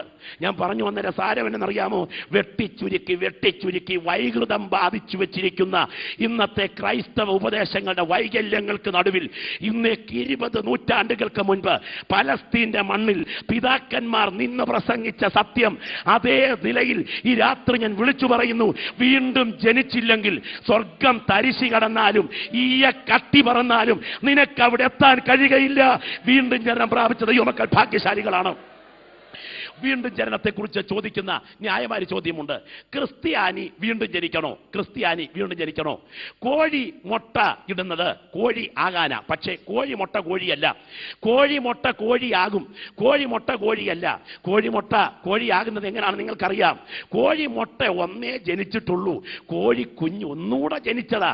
കോഴിമുട്ട ചലിക്കില്ല, കോഴിക്കുഞ്ഞ് ചലിക്കും. കോഴിമുട്ട കഴിക്കില്ല, കോഴിക്കുഞ്ഞ് കഴിക്കും. കോഴിമുട്ട ചലക്കില്ല, കോഴിക്കുഞ്ഞ് ചലയ്ക്കും. കോഴി മുട്ട കോഴിയല്ല. എന്നാൽ കോഴിയുടെ വയറ്റടിയിലത്തെ ചൂടിലിരുന്ന് 10-21 ദിവസത്തിലൂടെ ഒരു ജനനം കൂടെ കഴിയുമ്പോൾ കോഴി മുട്ട കോഴിക്കുഞ്ഞായി മാറും. ക്രിസ്ത്യാനി തറവാട്ടിൽ പിറന്നു വീണാൽ നീ കോഴി മുട്ടയാണ്. എന്നാൽ ദൈവശക്തിയാൽ വീണ്ടും ജനിച്ചാൽ നീ ആത്മാവിൽ ജനിച്ച ദൈവപൈതലാണ്. അനുഭവം പ്രാപിച്ച ദൈവമക്കൾ ഇന്ന് രാത്രി ഇവിടെ ഇരുന്ന് കർത്താവിനെ ആത്മാവിൽ ആരാധിക്കട്ടെ. ദൈവത്തിന് സ്തോത്രം. ഇതിന് അടിസ്ഥാനപരമായിട്ട് എന്താണ് വേണ്ടത്? ഏറ്റവും ഗൗരവമായ ഭാഷയിൽ യോഹന്നാൻ വ്യക്തമാക്കുന്നു യേശുവിൻ്റെ വാക്കുകൾ. അത് തൻ്റെ ഏകജാതനായ പുത്രനിൽ വിശ്വസിക്കുന്ന ഏവനും നശിച്ചു പോകാതെ നിത്യജീവൻ പ്രാപിക്കേണ്ടതിന് ദൈവം അവനെ നൽകുവാൻ തക്കവണ്ണം ലോകത്തെ സ്നേഹിച്ചു. പ്രിയപ്പെട്ടവരെ, അവിടെ ഉപയോഗിച്ചിരിക്കുന്ന ശൈലി ഇതാണ്. മോശ മരുഭൂമിയിൽ പിച്ചള സർപ്പത്തെ ഉയർത്തിയതുപോലെ മനുഷ്യപുത്രനെയും ഉയർത്തേണ്ടതാകുന്നു. അഗ്നി സർപ്പദംശനത്തിൽ കടിയേറ്റ് വീഴുന്ന വ്യക്തിയിൽ മരണജീവൻ വ്യാപരിക്കുമ്പോൾ അവന്റെ മരണജീവനിലേക്ക് ദൈവജീവൻ വ്യാപരിക്കാൻ പറ്റിയ ശക്തിയായി ഇതാ പാളയത്തിൽ നടുവിൽ ഉയർത്തപ്പെട്ട കൊടിമരത്തിലെ പിച്ചള സർപ്പത്തിലേക്ക് നോക്കുന്ന വേളയിൽ ആ നോട്ടം കൊണ്ട് ദൈവശക്തി ഇവനിലേക്ക് വ്യാപരിക്കുമ്പോൾ ഇവന് രോഗശാന്തി സംഭവിക്കുമെങ്കിൽ ഇന്നേക്ക് 2000 കൊല്ലങ്ങൾക്ക് പുറകിൽ കാൽവറി അറുക്കപ്പെട്ട ദൈവകുഞ്ഞാടിനെ ഈ രാത്രി നീ ഇരിക്കുന്ന ഇരിപ്പിലിരുന്ന് വിശ്വാസ കണ്ണാൽ നോക്കിയാൽ നിന്റെ ശരീരത്തിൽ രോഗശാന്തി മാത്രമല്ല പാപശാന്തിയും ഈ രാത്രി വ്യാപരിക്കുന്ന രാത്രിയാണ്. നമ്മുടെ വാഴ്ത്തപ്പെട്ട കർത്താവിന്റെ മരണം അത് വർണ്ണിക്കാൻ എൻ്റെ വാക്കുകൾക്ക് ശക്തിയില്ല. പ്രിയപ്പെട്ടവരെ, ഈ രംഗം ഗതസമനയിലെ പ്രാണവേദനയിൽ അവന്റെ ഞരമ്പുകൾ പിടയുകയാണ്. ചോരപ്പുറത്തേക്ക് വമിഞ്ഞൊഴുകുന്നു. ഒടുവിൽ അടിച്ച് തകർക്കപ്പെടുവാൻ വേണ്ടി നമ്മുടെ കർത്താവ് പീലാത്തോസിന്റെ വിസ്താരവേളയിലേക്ക് പോകുകയാണ്. എന്റെ വാത്സല്യ സഹോദരങ്ങൾ ഗ്രഹിക്കണം, നിങ്ങൾ ഗൗരവമേറിയ നിലയിൽ മനസ്സിലാക്കണം. വിസ്താര സദസ്സിൽ കൈകാലുകൾ കെട്ടപ്പെട്ടവനായി യേശു നിൽക്കുന്ന രംഗം. പ്രിയപ്പെട്ടവരെ, പീലാത്തോസിന്റെ വിസ്താര സദസ്സിൽ 4.5 അടി പൊക്കം വരുന്ന ഒരു കൽത്തൂണുണ്ട്. ആ കൽത്തൂണിനോട് ചേർത്ത് യേശുവിനെ കെട്ടി നിർത്തിയിരിക്കുന്നു. പീലാത്തോസ് ചോദിച്ചു, ഈ മനുഷ്യൻ ചെയ്ത കുറ്റമെന്ത്? ഒടുവിലായി അവനെ ക്രൂശിക്ക എന്ന് വിളിച്ചു പറയുമ്പോൾ അവനെ അടുപ്പിച്ച് വിട്ടയക്കാൻ പീലാത്തോസ് ഏൽപ്പിച്ചു കൊടുക്കുകയാണ്. പാഷൻ ഓഫ് ദ ക്രൈസ്റ്റ് എന്ന ചിത്രം കണ്ടിട്ടുള്ളവർ നിങ്ങളിൽ പലരും ഉണ്ടായിരിക്കും. ആ ചിത്രം അതേ അഭിനയിച്ചത് ഇറ്റലിയിലെ ഒരു കുന്നിൻ പുറത്താണ് എന്നറിയപ്പെടുന്നു. ആ കുന്നിൻ പുറത്ത് അഭിനയ രംഗം പൂർത്തിയാക്കും മുൻപ് അടിക്കുന്ന രംഗം അഭിനയിക്കുമ്പോൾ ശരീരത്തെ അടി നേരിട്ട് ഏൽക്കാതിരിക്കാൻ ക്രമീകരണങ്ങൾ ചെയ്തുകൊണ്ടാണ് അടിയുടെ രംഗം അഭിനയിപ്പിച്ചത്. പക്ഷേ 2 വട്ടം അടി തെറ്റി ഈ മനുഷ്യന്റെ ശരീരത്ത് കൊണ്ടു.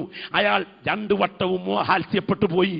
ഒടുവിൽ കുന്നിൻ പുറത്ത് കൈകാലുകൾ ആണിക്കേൽപ്പിച്ചു കൊടുത്തതുപോലെ അഭിനയിച്ച് തൂങ്ങിക്കിടക്കുന്ന സമയം 2 പ്രാവശ്യം അയാൾ മോഹാത്സ്യപ്പെട്ടു. അയാൾ എഴുതിയിരിക്കുന്നത് ഇങ്ങനെയാണ്: ഇനിയും ഒരായുസ്, ഈ ആയുസിൽ എത്ര അവസരമുണ്ടായാലും യേശുവായി ഞാൻ അഭിനയിക്കയില്ല. ഇന്ന് രാത്രി ഓർക്കുക, അവൻ അവിടെ അഭിനയിക്കുകയായിരുന്നു, എന്നാൽ എൻ്റെ യേശു അനുഭവിക്കുകയായിരുന്നു. ദൈവത്തിന് സ്തോത്രം. ഞാൻ വിചാരിക്കുന്നു പീലാത്തോസിന്റെ വിസ്താര സദസ്സിൽ യേശുവിനെ അടുപ്പിച്ച് വിട്ടയക്കാൻ പീലാത്തോസ് പറയുകയാണ്. ഏത് കഠിന ഹൃദയവും കരളലിഞ്ഞ് കരയുന്ന രംഗം അവിടെ സംഭവിക്കാൻ തുടങ്ങുകയാണ്. പീലാത്തോസിന്റെ വിസ്താര സദസ്സിൽ മുൻപിൽ നൈലോൺ വസ്ത്രം തൂക്കിയ ഒരു ദണ്ഡന മുറിയുണ്ട്.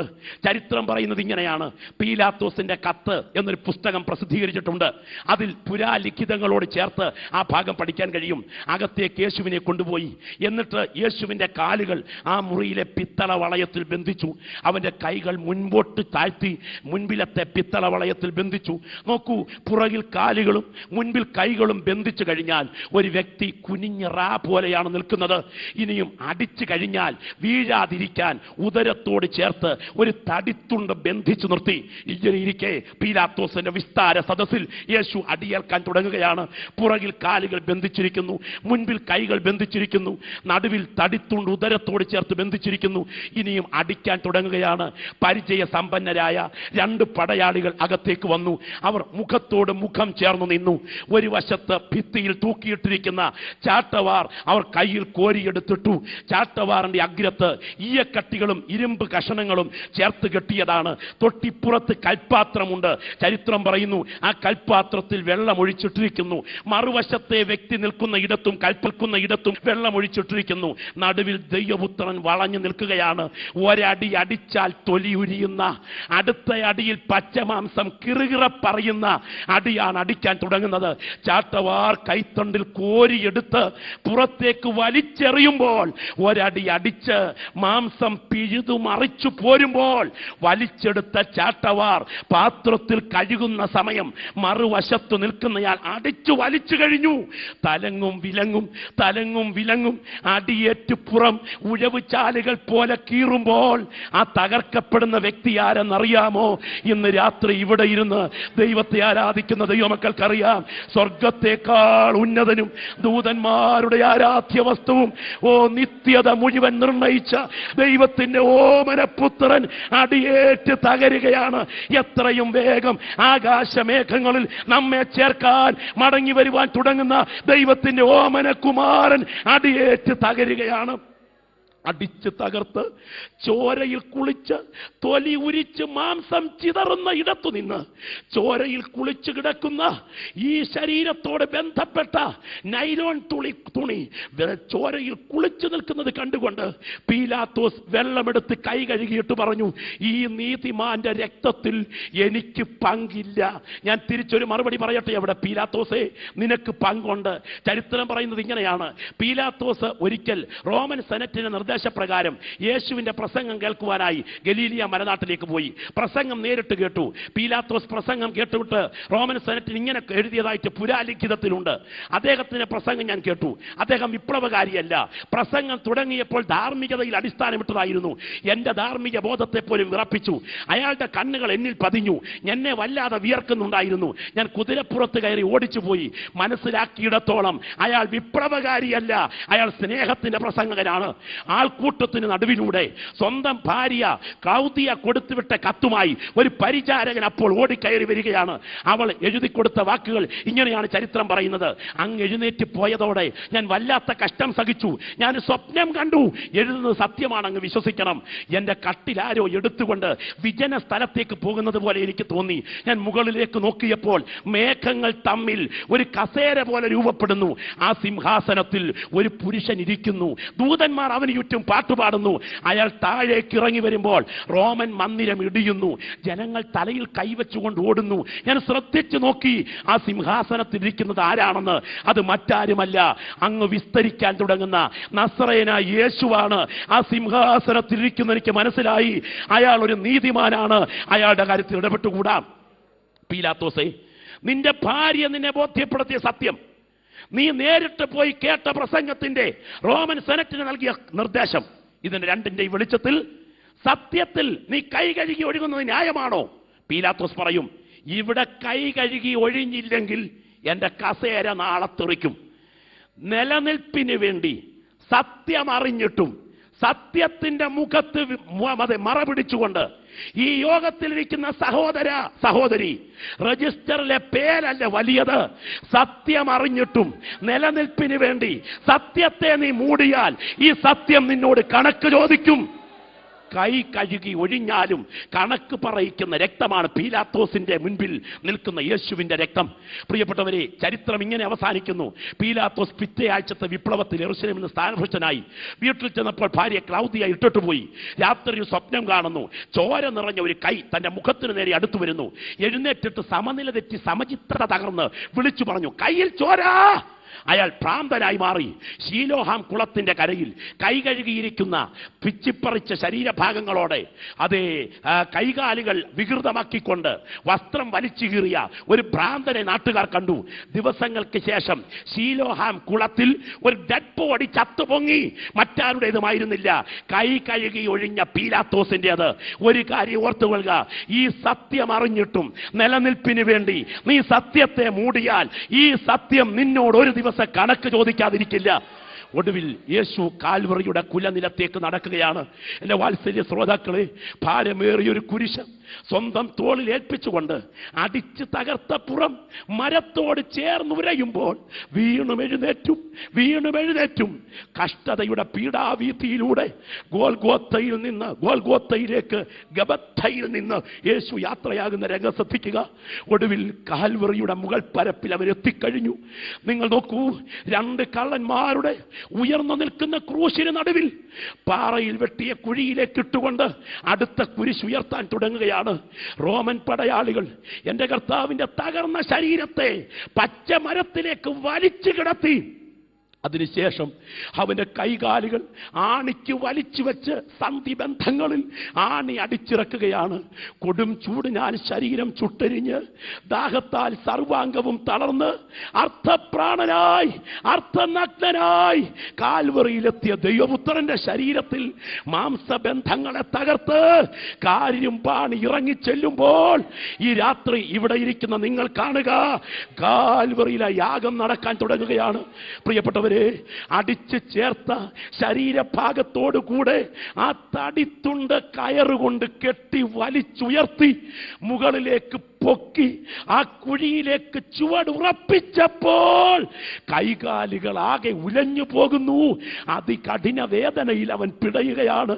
നിങ്ങൾക്കറിയാമോ, യേശുവിന്റെ കൈകാലുകൾ വിരിച്ചു വെച്ചല്ല ആണിയടിച്ചത്, അകത്തേക്ക് വലിച്ചു വെച്ചാണ്. കൈ അടിച്ചിറക്കുവാൻ ഒരു പ്രത്യേക ഭാഗമുണ്ട്, അവിടേക്കാണ് അടിച്ചിറക്കിയത്. അത് അകത്തേക്ക് വലിച്ചു വെച്ചായിരുന്നു. മറുവശവും അകത്തേക്ക് വലിച്ചു വെച്ചാണ്. ഇതാ കാലുകൾ ഒരു പ്രത്യേക പൊസിഷനിൽ ഒന്നിനു പുറത്തൊന്നായി കയറ്റി നിർത്തിയാണ് അടിച്ചത്. അങ്ങനെ യേശു ക്രിസ്തുവിന്റെ ശരീരം അല്പം അയഞ്ഞാണ് ക്രൂശിൽ കിടക്കുന്നത് എന്നാണ് ചരിത്രം പറയുന്നത്. കാര്യം മറ്റൊന്നല്ല, ഉയർന്നു നിൽക്കുന്ന ക്രൂശിലേക്ക് നോക്കുക. തലയിൽ മുൾമുടി അണിഞ്ഞവനായി, മുഖത്തെ രോമങ്ങൾ വലിച്ചു പറിക്കപ്പെട്ടവനായി, ശരീരം തകർക്കപ്പെട്ടവനായി അവൻ കാൽവറിയിൽ പിടയുന്ന സമയം രണ്ട് കൈകളും അയച്ചു വെച്ച് അടിച്ചിറക്കിയ ആണിയിൽ ഒരു കുടിസ് പോലെ തൂങ്ങിക്കിടന്നിട്ട് ശരീരത്തിന്റെ 33.5 തിരുവയസ്സിന്റെ ഭാരം, ആ ശരീരഭാരം ആണിക്കേൽപ്പിച്ചു കൊടുത്തുകൊണ്ട് കൈ വലിഞ്ഞു പോയി. നിങ്ങൾക്കറിയാമോ, രണ്ട് കൈയും താഴേക്ക് വലിഞ്ഞു പോയപ്പോൾ ശരീരഭാരം ആണിയിൽ വലിഞ്ഞു തൂങ്ങുകയായിരുന്നു. നിങ്ങൾ വീട്ടിൽ ചെന്ന് ക്രോസായി കെട്ടിയിരിക്കുന്ന ഒരു കമ്പിയിലേക്ക് രണ്ട് കൈകളും പിടിച്ചിട്ട് തൂങ്ങിക്കിടന്നുകൊണ്ട് ശ്വാസം എടുക്കാൻ കഴിയുമോ എന്ന് നോക്കണം. ഒരു കാര്യം വ്യക്തമാകും, തൂങ്ങിക്കിടന്നു കഴിയുമ്പോൾ ശ്വാസകോശം ചുരുങ്ങുന്നത് കൊണ്ട് ശ്വാസം എടുക്കാൻ കഴിയില്ല. രണ്ട് കൈകളും ആണിയിൽ തൂങ്ങിക്കിടക്കുന്ന സമയം ഒരിറ്റ് ശ്വാസം എടുക്കണമെങ്കിൽ എവിടെങ്കിലും ചവിട്ടി ഉയരണം. നിങ്ങൾക്കറിയാം എവിടാണ് ചവിട്ടി ഉയരേണ്ടതെന്ന്.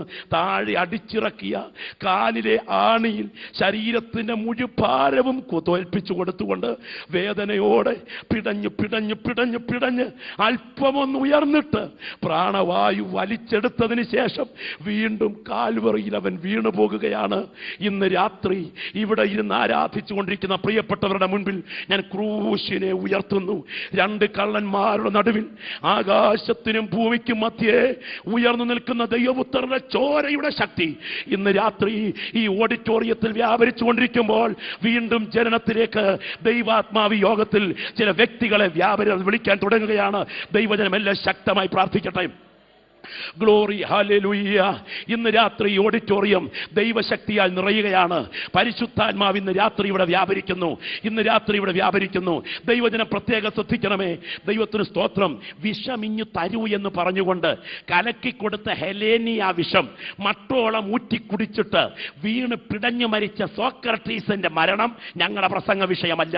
മുട്ടറ്റം താഴുന്ന ഒരു മുണ്ടുമുടുത്ത് ഒരു വടിയും കുത്തി ശരറാന്തലും പിടിച്ച് നടന്നു നീങ്ങിയ മഹാത്മജി ഇന്ത്യയിൽ ബ്രിട്ടീഷ് ആധിപത്യത്തിന്റെ കരങ്ങളിൽ നിന്ന് ഇന്ത്യക്ക് സ്വാതന്ത്ര്യം പിടിച്ചു വാങ്ങിച്ച മഹാത്മജി പ്രാർത്ഥനാ സ്ഥലത്ത് നിന്ന് എഴുന്നേറ്റപ്പോൾ ഗോഡ്സെയുടെ വെടിയേറ്റ് പിടഞ്ഞു വീണു. അദ്ദേഹത്തിന്റെ മരണം ഞങ്ങളുടെ പ്രസംഗ വിഷയമല്ല. അമേരിക്കയിൽ കറുത്തവർഗക്കാർക്ക് സ്വാതന്ത്ര്യം നൽകാൻ അധ്വാനിച്ച എബ്രഹാം ലിങ്കൻ ഒരു തുറന്ന വാഹനത്തിൽ യാത്ര ചെയ്യുമ്പോൾ വെടിയേറ്റ് പിടഞ്ഞു വീണു. ആ മരണവും ഞങ്ങളുടെ പ്രസംഗ വിഷയമല്ല. ഇന്ത്യയുടെ ഉരുക്കു വനിത ഇന്ദിരാഗാന്ധി അംഗരക്ഷകരുടെ വെടിയേറ്റ് ചിതറി വീണു. ആ മരണവും ഞങ്ങളുടെ പ്രസംഗ വിഷയമല്ല. ഇന്ത്യയെക്കുറിച്ച് ഏറെ സ്വപ്നം കണ്ട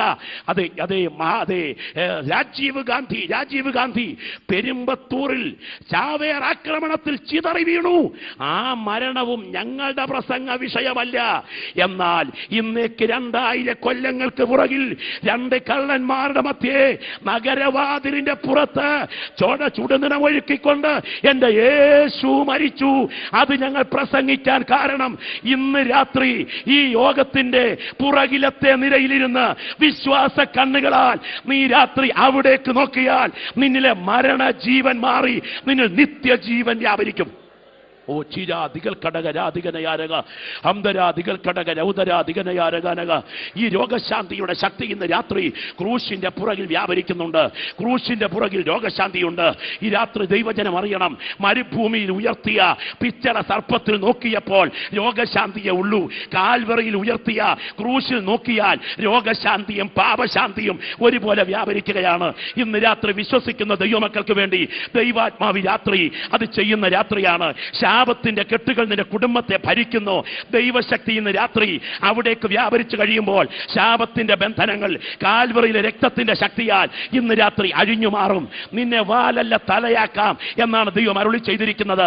നിന്റെ കുടുംബത്തെ വലിച്ചിഴച്ചുകൊണ്ട് വ്യാപരിക്കുന്ന ഒരു ബുദ്ധി കേന്ദ്രം ഇന്ന് രാത്രി നിന്റെ ഭവനത്തിൽ ആധിപത്യം നടത്തുന്നു.